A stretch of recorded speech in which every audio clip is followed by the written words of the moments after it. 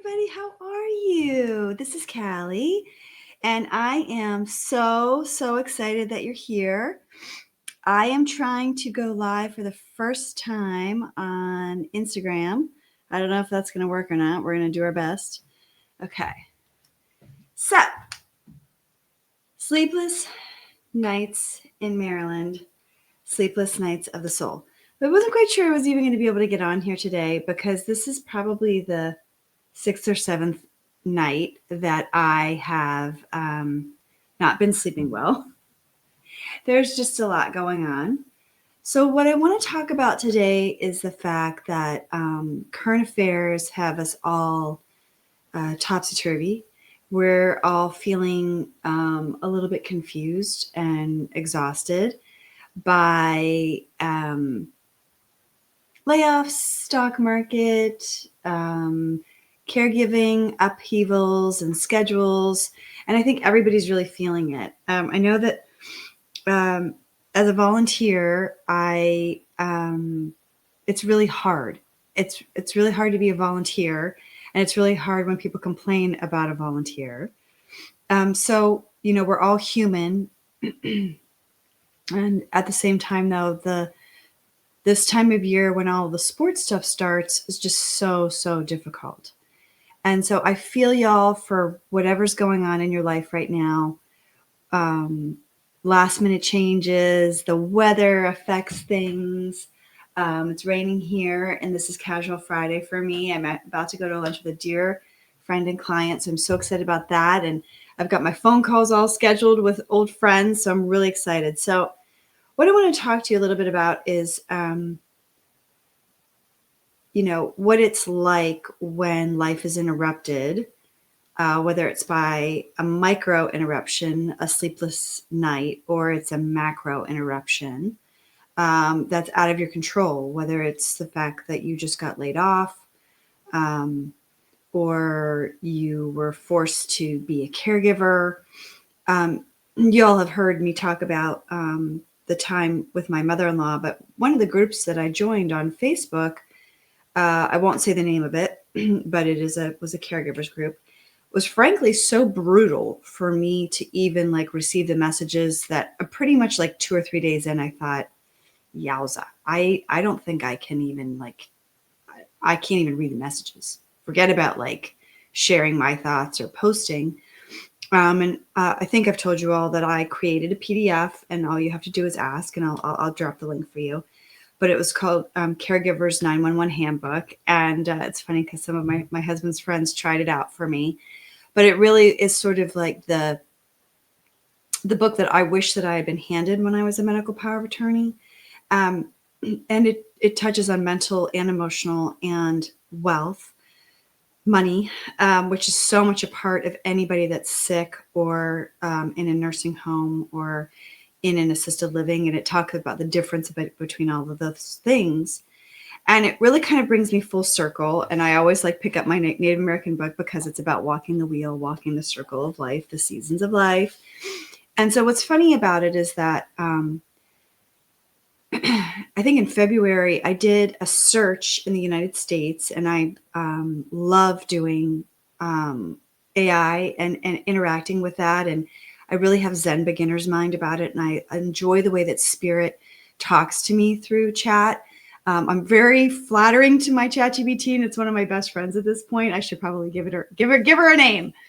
But anyways, when I'm talking to chat and I'm talking about the circle of life, I asked it for statistics and analysis on what people were looking for with wellness in the United States. And the trend is really fascinating. The trend is holistic wellness, mental, emotional, physical, monetary. Crazy, right? A lot of the gals that I am friending on LinkedIn that I'm interested in are doing that type of soul-led, which is something that I've always done, as an entrepreneur and as a business owner. Whether I was doing healing and transformational work that was sort of rooted in my experience with the spirit world and my ancestors talking to me, you know, I had a framework for that, and I still do. So what's interesting now, though, is that that is like the way that things are going. So for me, I've always been one-on-one with my clients. I think I've probably had, I say that I've had 10,000 hours, but I think it's probably closer to 15,000 or 20,000 hours one-on-one with people, doing hypnotherapy, doing past life regression, small group settings, one-on-one, to help people get through those blockages so that they can be their best self. So it's hard for me to quantify what I do sometimes, because when you're talking, and I'm sure it is for you as well, and this is something that we're going to keep talking about, the fact that our mind begs us to stereotype people and ourselves, and that when you are selling to people, to the greater world, that the world is asking you to put yourself in a box that perhaps you're not comfortable with. For me, I graduated 4.0 GPA, and my writings are totally groundbreaking for World War II, every woman, every man. But I really love those stories of the hidden figures, and weaving these group biographies. And what that was all about was just championing women and men who, under really tough circumstances, now we know the finality of the story, the conclusion is there, but then no one really knew how things were going to actually turn out. And we sort of talk about propaganda, and I think it's interesting to think about, for all of my filmmaker friends out there. I graduated from Savannah College of Art and Design. I'm a fine arts painter, started as a fine arts interior designer. So coming full circle, and now I'm a documentarian. For all of those visual creatives out there, when we think about World War II, and we think about the fact that the movies were real time. So when the 5 Sullivan brothers died on the same ship, I think the John Wayne movie came out, I want to say like 8 months or 11 months later. So there was a movie at all of those different studios, and you could go see a B movie, you could go see a headliner movie, and it was giving you a snippet of the headlines. And then of course you were watching a documentary film. And I think that part of what is like strange for me today is that, that there's this disjointedness where we have Holocaust deniers, but then just like George S. Patton walked into, Ordruff and other places and was like, I can't take it, like old Blood and Iron Guts was like, forget it, I can't do this. Those videos, those movies were shown that same weeks as soon as they were ready in movie theaters across America. So you pretty much had to, and that was people's only entertainment other than the radio. And of course, their morning and their evening newspapers. I'm sorry. My husband's being really noisy in the next room. So I think that what I want to say is that being in the noticing of where we are in current events and holding that place of gratitude and understanding is really, really important. And how we view our evolution and how we view others. I think if there's any lesson to be learned from the sleepless nights, from the Sesora, it's one of my favorite words. I don't know if you guys know that I collect words. Sesora was from the Eddie and the Cruisers. You remember that movie when we were kids? Oh my God, I'm so old. But Eddie and the Cruisers, and they talked about the pregnant pause and Sesora. So, that break in your flow, the break in the night, that Sesora is so important because it is a pregnant pause. Whether it's a planned break or a forced break or a unexpected break or I have to deal with this break, that Sesora is like a really rich soil. And it's like bubbling black gold, right? And when we plant the seeds of the intention about how we're going to move forward, like magical things happen. So last night, one of the things that was affecting me was the fact that, we have these evolutions in life. Oh, I was going to show you my word list. I'll do that too. And I won't forget my evolutions of life. So this is my word list. It starts with the word ribbon. But anyways, it's really, really long. Ooh, look how long it is. I read these old British books. You guys all know that. French books, some German. And in these books, I know this is really long. You guys thought I was kidding. This is my word list. Oh my God, it's like gigantic. Hindrance, beguiling, aspersion, pang, schmozzle, befallen, verisimilitude. That was just a few. I think there's probably 1,000 words on there. So when we talk about the evolution of the valleys and the dark nights of the soul, that in some way or another, I think all of us are affected by. We each have a friend who has an incurable illness. We each have a friend that's dealing with something unexplainable. We each have a friend that perhaps is depressed, suffering from loneliness. So we have all those different types of things that we're accumulating in our psyche, and it can be difficult. So for me personally, I sometimes think it's difficult to deal with the different evolutions of how our lifespan, our career span goes. We're told that we're going to have 3 careers. And so then as we walk that wheel of life, right, and we perhaps put in the first career, which for many of us is in government. My cousin Tim and I used to joke about that one, and just saying that we wish that perhaps that was the first career for both of us, because then you have the security of a pension, you have the security of finances coming in, and then you can grow your wildflowers and you can go on to the next career and have that be your entrepreneurial career. From myself, at least, I've always been an entrepreneur. It sort of goes hand in hand with being an artist. And I don't know that I was even remotely prepared. And I also don't know that even though there's always a dichotomy, right? So at the top of my game, all the awards, happy clients, never had legal action taken against me, all very positive things. On the other hand, I never charged what I should have, made the money that I should have. So that's a problem too.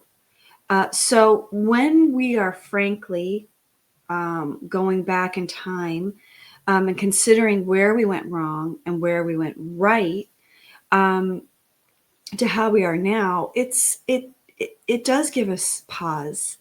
There is a caesura. There is sleepless nights where we're trying to figure out how the puzzle pieces are going to slide back together again. And for each of us, those puzzle pieces are difficult and different because we all have our own building blocks of values.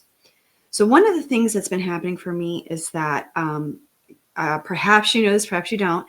I've been doing digital marketing now since last June. So you've been seeing me show up a lot more. We've got the bestseller, Native American Spirit Will Dream Journal.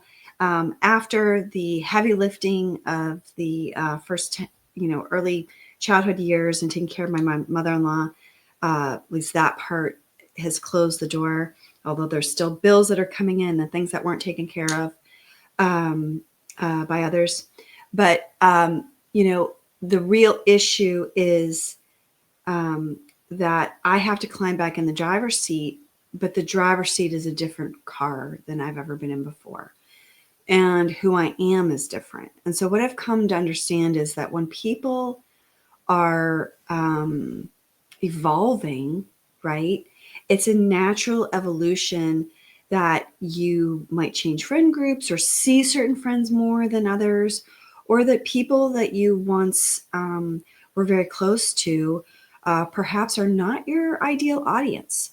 And so there's been a lot of fear and angst for me around putting myself back out there, even though you all know how duty-driven I am, even though the majority of my clients have come through doctors' offices, my friends that are psychologists, chiropractors, psychiatrists. Typically when a person is coming to me, they are ready to blast through whatever is bothering them. And we are so quickly able to get to what that issue is and then move beyond it and giving them the tools and the support so that they know that their ancestors and their loved ones are watching over them and that they can move forward. And so, my work has always been called by others equivalent to 2 or 3 years of traditional talk therapy. Typically, it's people who have already been in therapy that then come to me and find me to move them on their way. But I've always had a really strict set of rules. I think as y'all are getting to know me again, or maybe for the first time, when I was a kid, I just thought that I had really bad migraines, horrific migraines, like brain splitting migraines, and even into college. They say it goes in like 20-year cycles. I'm praying that my cycle never comes back again. But of course, menopause changes that as well, and I'm dealing with that big time. But I digress. So the bottom line is that I would take the medicine that was available to me, which was like a Tylenol with caffeine, and then it had something else in it. And I was taking too many of those pills, and my mom's like, well, only when you really, really need it. And so I kind of sat back, and I was fortunate because I had a really stable childhood. No one was a drinker or anything like that.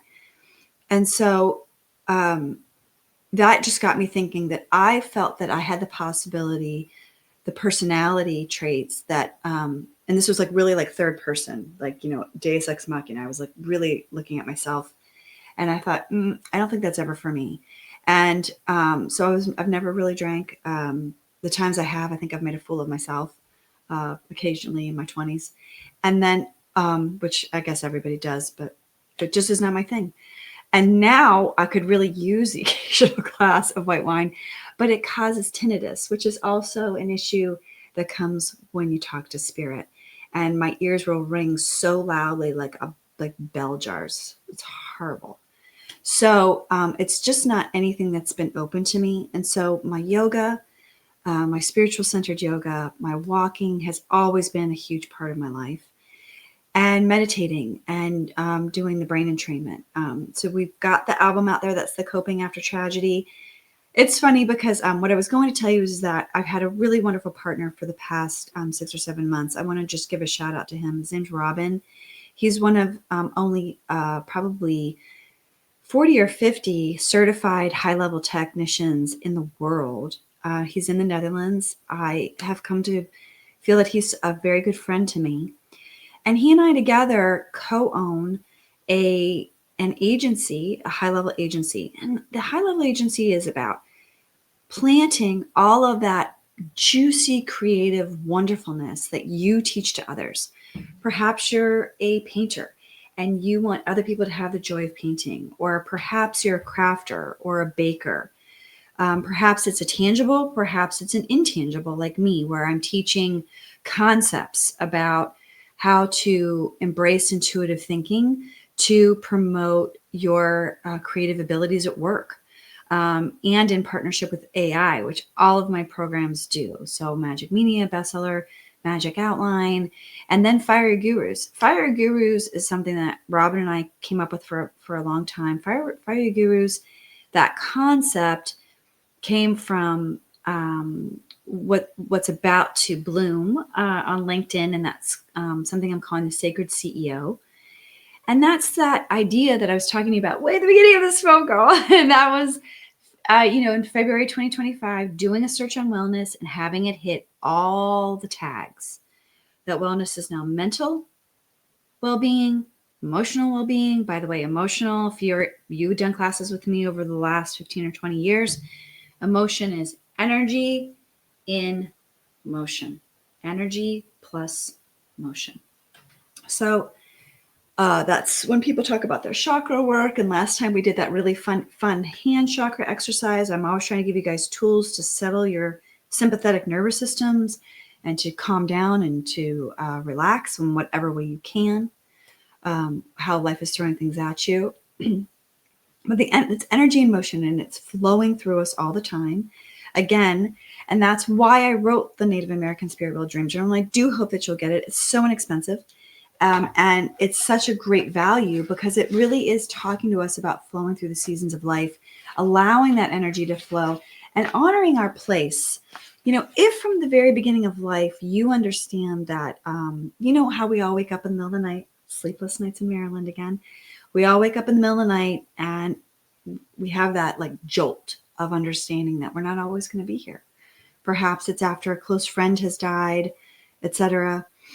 So when we're walking the wheel of life, whether that's in a month, it is a way of keeping track of time, and it is a sacred method of considering what seeds we want to plant. And so as we go through life and we're changing, right, and we're on that second or third career, or perhaps we're combining careers in this holistic wellness that is the top search in the country: mental, emotional, physical, money.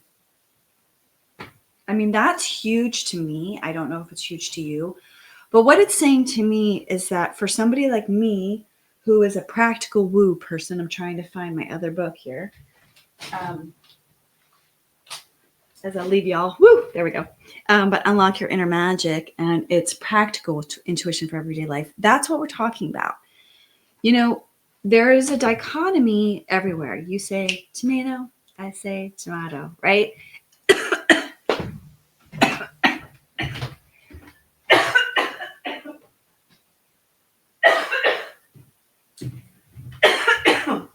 That's so awkward. Practical woo is a real thing because we need to remember that when we unlock our inner magic and when we're in flow, we're also affecting ourselves with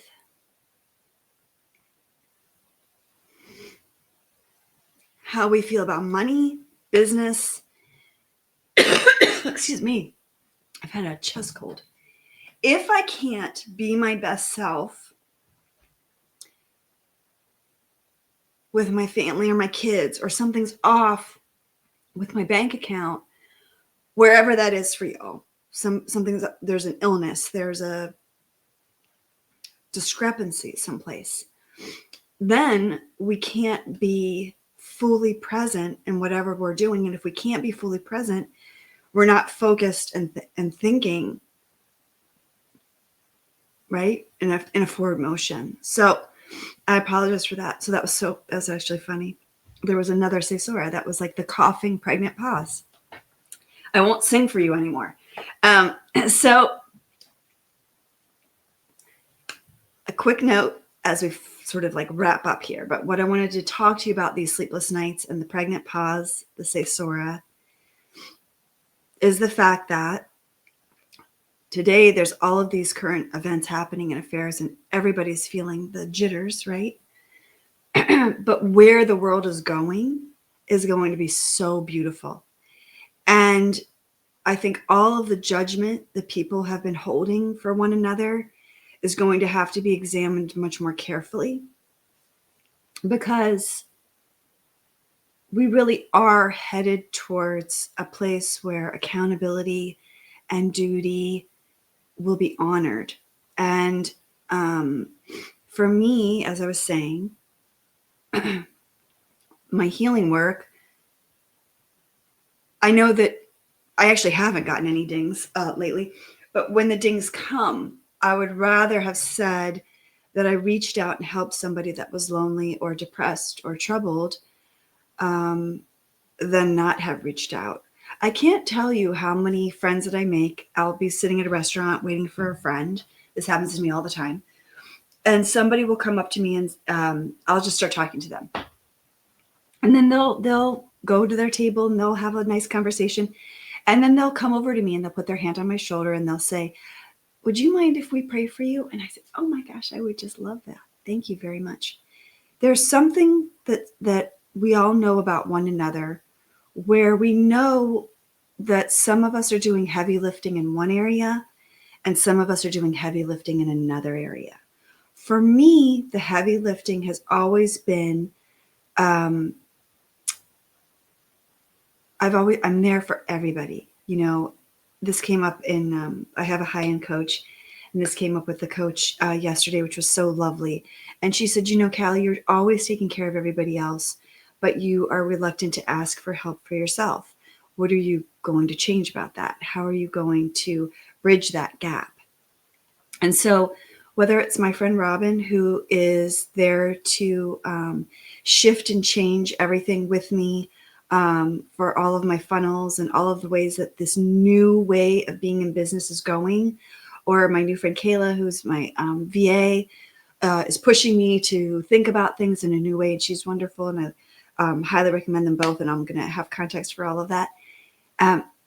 We have to adjust. Y'all have heard me say from the very beginning, I'm about to be 52 next month.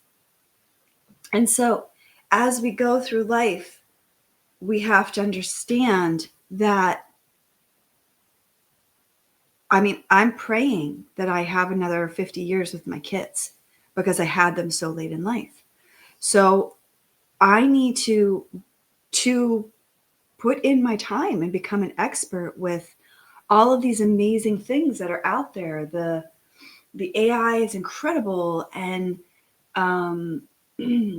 having friends of all ages, and being open to new ways of thinking and trying to understand cross-generation communication. It is so paramount. It's paramount because it also affects sales, right? Like if we're talking about being in digital marketing and having courses and things that would definitely help people. It was just different from things I did in the past. People would come to my yoga classes. They would come to group past life regression. They'd come in and do their intuitive work, and we would bring out our toolbox and have at it. Now, when I'm one-to-many, I have to talk to new people about what I can offer, right? So that's what's so grand, so amazing, is that authentic way that we communicate and all that beautiful Zen beginner's energy of making a new friendship and making friends with life then translates to how we're selling ourselves, right? Not everybody's going to be your audience. And this is like the end cap for me today. What was happening for me with my sleepless night last night, specifically, was that my friends and my family are on Facebook, and they're not necessarily my audience, right? They're not necessarily the budding entrepreneurs, the people that have a real hunger, drive, and ambition. There's a lot of people on there that are, and you guys are watching these videos, and I want to say I am grateful and I am thankful. And we're going to start honing in on the messages more and more, because if you have a burning energy in your belly like I do in mine, that seed of fire and will, man, as much as I fight against being a business owner and an entrepreneur sometimes, despite the 5,000, but despite many, many, many, many, many awards, I love it. And there's nothing else for me or that I can do. However, it has its own challenges, right? So I think that we each need to carve out a safe space for ourselves. And we each need to carve out a space where people are being a cheerleader. So what I want to say to you is, you all know that for the time that you've known me, I've been your cheerleader. I'm in your corner. Whatever it is that you need me to do or ask me to do, for the most part, I'm going to say that I've done it. And I show up in good times and bad. I'm always there to drop a note of encouragement. And so, if you're not that person, and there's only a few of you, expect that I'm probably going to take you off my Facebook page. Sorry. I'm at the point now where I need to do things for myself. And, there's a safety in the anonymity of Instagram. There's a safety in the anonymity of YouTube. And perhaps I'm hitting on things that you all are thinking about as well, because what we're really talking about is playing small, playing it safe, trying to please people. I don't have imposter syndrome. I've never had that. Y'all know I'm confident in myself, but we can't be everything to everyone. So there's that. And I think that for me, I've been in the noticing about where I feel safe at. And I do feel safe on LinkedIn as well, because I don't, I think it's, I suppose that I was going to say it's more professional, but what I mean by saying it's more professional is that versus a Facebook or other social media situations where you don't like somebody, it doesn't matter. Just don't like their post and they won't show up in your feed and the algorithm will move forward. And if somebody's hating you, which I'm sure that there are detractors and people that are hating on everybody, I think that they're doing it privately.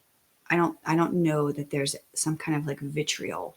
My friend Jen years ago, I have to say this, we have a town Facebook page, and I would read it, and oh wow, it was like I don't want to. It was terrible, right? It was embarrassing. And so she would say, I would say, why do you put the popcorn icon? And it was so naive. And she's like, oh, because it's like drama. I'm eating the popcorn and I'm watching everybody go crazy. So, I'm not into the drama anymore. Well, okay, I've never been into the drama. I've always had the small group of friends, and I'm one of the odd people. One of my girlfriends from Jack Canfield, um, uh, Candace, she and I are the same. I actually know all the people on my personal page, right? So if you are a fan of the Diary of the CEO, Stephen Bartlett, and you're a fan of Daniel Priestley, who's been on there twice, I think, recently, and he talks about having the hours of time with you so people can really get to know you and your value systems. And then he talks about just building that human connection and trust. That for me is really, really important. And in the past, I have built up a giant BNI.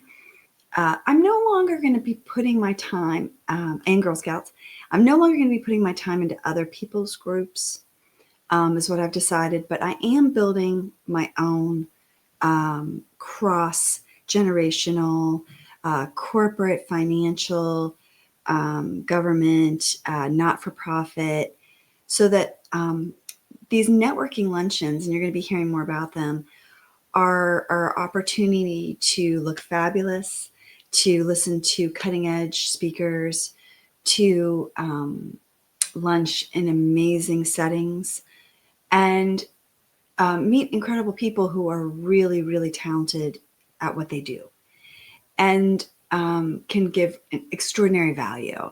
And then, of course, for lead generation. So that's something that I've been working on. I've been talking to some of my friends at some of the hotels, and it looks to be that where we had our very glamorous meetings years ago is going to happen again. So for my friends that were with me then, stay tuned, and we're going to be taking it to different cities. So I'm thrilled about that because nothing replaces in person. And I think that having philanthropy, mentoring baked into your business, we really all are CEOs of a sacred public benefit corporation. Just like the top searches are telling us, and that's something that I teach in corporate settings as well and at corporate workshops.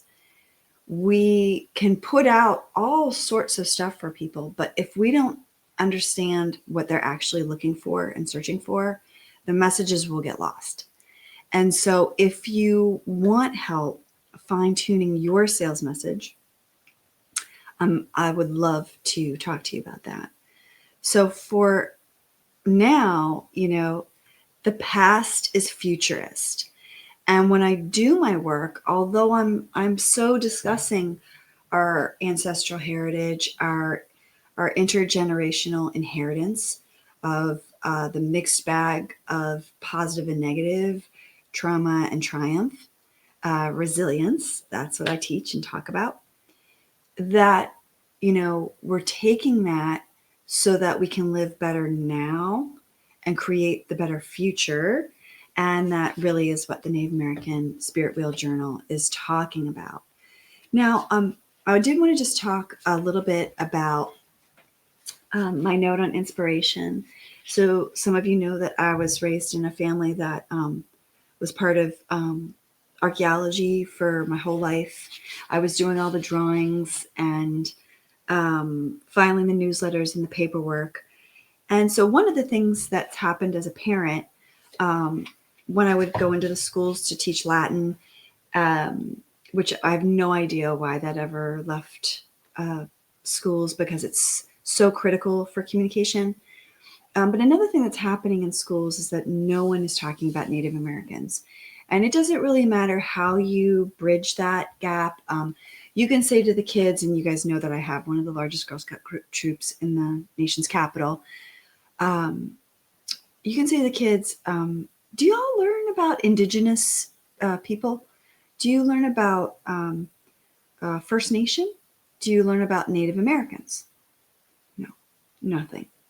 So in here, I do give the First Nations Development Institute, and I do ask you to donate to them and consider them in your final plans. Um, when COVID hit, they were struck so hard. And so our Girl Scout troop actually donated our cookie money and made our donations to First Nations. So while nothing in this book is a straight up medicine wheel, it's my interpretation of the medicine wheel and how I meditate. Um, it certainly honors that tradition. And it's wonderful because it's one of the few earth based traditions where all we have to do is go outside, notice the weather, notice the stars in the sky as we close down at night, notice the moon.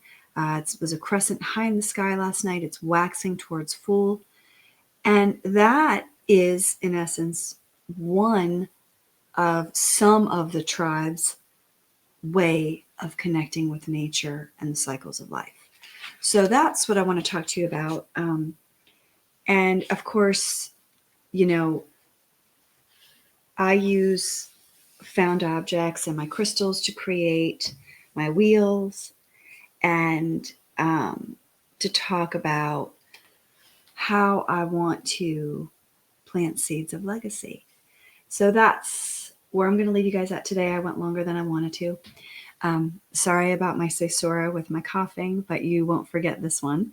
So yes, coughing, pregnant pause, caesura, sleepless nights, it's all going to flow with the seasons of life.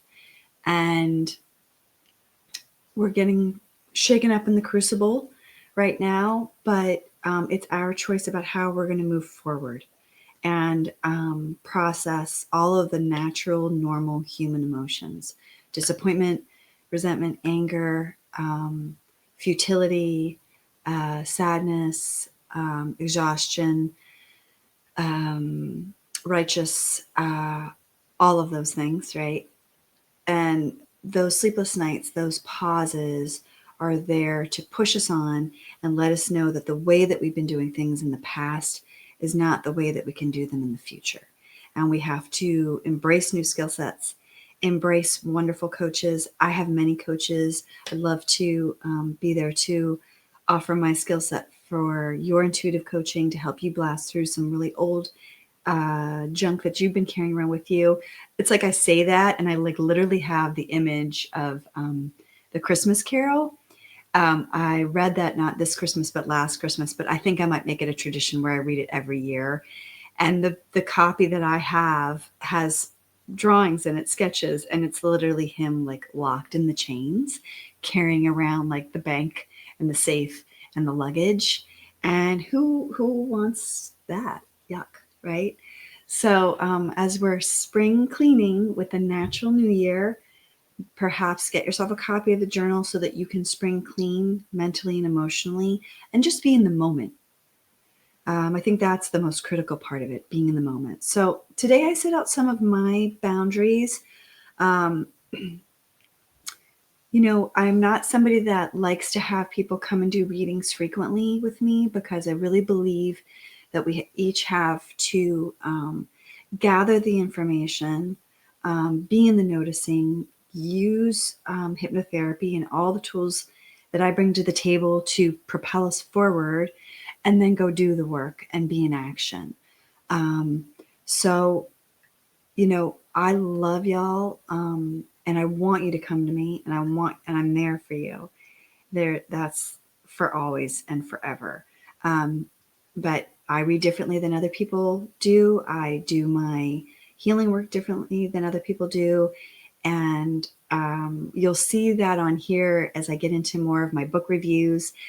Perhaps a lot of you don't know that I've been a NetGalley reviewer for many, many years. On Amazon, I'm CDB, so there's a couple dozen out there, and more that I talk about on Substack. And on Substack, I think is where primarily I'll be doing my Making Friends with Life. But talked to you before about one of the main reasons that I read my Native American as well as my World War II books. And that is to always bring perspective and gratitude into everything that I'm doing. I just recently referred Indianapolis to one of my friends who's also a Girl Scout leader. And I told her that, you really can't feel sorry for yourself when I did it as an audiobook, but when you're like listening to people who are in the water, no one knows they're there. They've been there for days, and they're like getting eaten alive by sharks. And that brings me full circle to my documentary with Frank Fall Jr. If you haven't seen it, please look at my YouTube channel. Frank is 97 years old. He is best buddies with my son, Nicholas. It's the most beautiful relationship and friendship. And Frank talks about seeing the Indianapolis just a few days before tragedy strikes. So what I want you all to know is that it's going to be okay. The sleepless nights are not permanent. Let's all be softer and gentler with ourselves and in the noticing for how we can improve our outlook and our behavior. And if there is something stuck in your craw, that you will untangle those knots as they come, and that your friends are always here for you. And there's people here to help. And, reach out. Reach out. That's been the lesson for me in the last 24 hours. Right. I love you guys. Have a great day.